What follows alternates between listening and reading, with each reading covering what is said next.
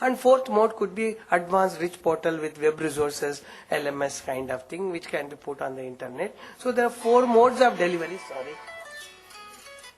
Okay. So now what we can do is, with this, once the instruction is delivered, the challenge is to assure education, that is engagement of learners in the stipulated learning activities and related assessment systems.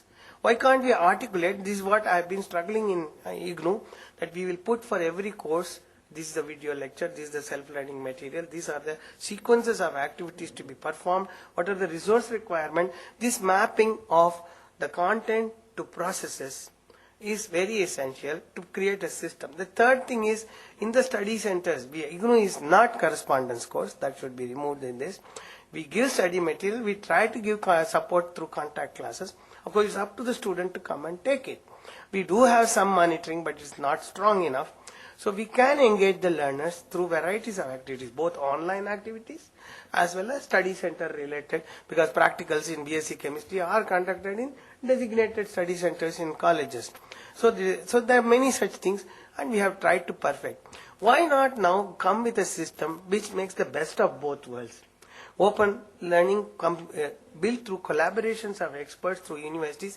Implicitly, IGNOU has been doing that. All our self-learning materials are written by experts from various kinds of institutions. Now we can recognize it, institutionalize it. For example, NPTEL content can be added with IGNOU's self-learning materials in the subject, in IGNOU's method of generating, and put it to the engineering college. Now the affiliating universities can take these course processes which we define, and they can conduct use the teachers in the affiliating colleges of the technical university or something and conduct those programs. Maybe teacher certification can be done by a joint IGNOU NPTEL kind of situations. So it is possible now to launch a national movement emphasizing quality in education and assuring learning and teaching engagement processes that is possible. So we have to come with enabling policies. What kind of policies then are we looking for? One is, I believe the time has come to replace the council method of thinking with an open regulatory framework. Okay, open regulatory framework will say the course design is assured by experts, IGNOU, type, NPTEL and other kind of processes, expressed openly on the internet, is openly published, so whole world can scrutinize it and suggest there is a wiki to discuss the course. So a social networking method of regulatory on the course design is possible. That is what I have been struggling to tell IGNOU, but even within IGNOU I have to go a little some more, because they have to be equipped, which is another issue. I mean, you need the network to reach our regional centers, study centers, then this will happen more naturally. And then, because if the instrument to implement is there, it becomes easier to realize what you are telling. That is very important. So National Knowledge Network should take it up that way. The other thing is that in the open regulatory framework, you stipulate you have to assure the processes in the colleges. So you have a regulatory mechanism to assure, and something like a ISO type audit can be done. A Malcolm Baldrige quality parameters of education excellence can be audited, and it can be done in a periodic audit basis. That tells the weakness or strengths of implementing and appreciation, and that will help in improving the system. So any measurement inspection parameters should be enabling, not just put some approved or not approved. This permit quota approval mindset should be removed totally. Then only we can move into the next generation of education. And you blend.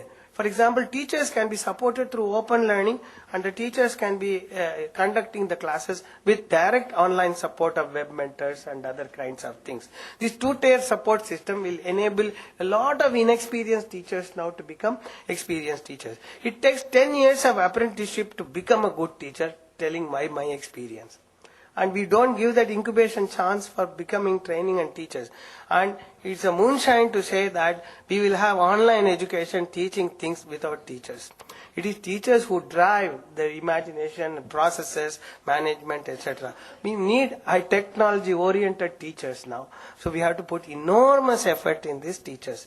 So in a final statement, I think we need to have something like a better than NASCOM type body. I want to call it National Association for Educational Excellence, with about 4 mandates. Number one, It promotes, discusses, debates, and guides the implementation of an open regulatory framework. Secondly, it works closely with the industry and the institutions concerned to open up the cloud computing space. We'll have a national clouds forum. So public cloud for social networking is nurtured as a kind of online industry, and private clouds for assessment and individual processes in the college. And the whole thing should be cloud shifted. We should be on top of whatever there is called National Knowledge Network or whatever. This vision is totally lacking at the moment in National Mission on Education or in ICT or something.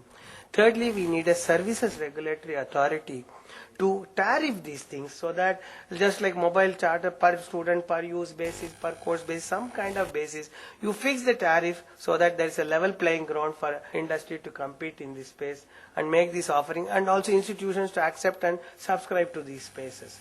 This is a very critical.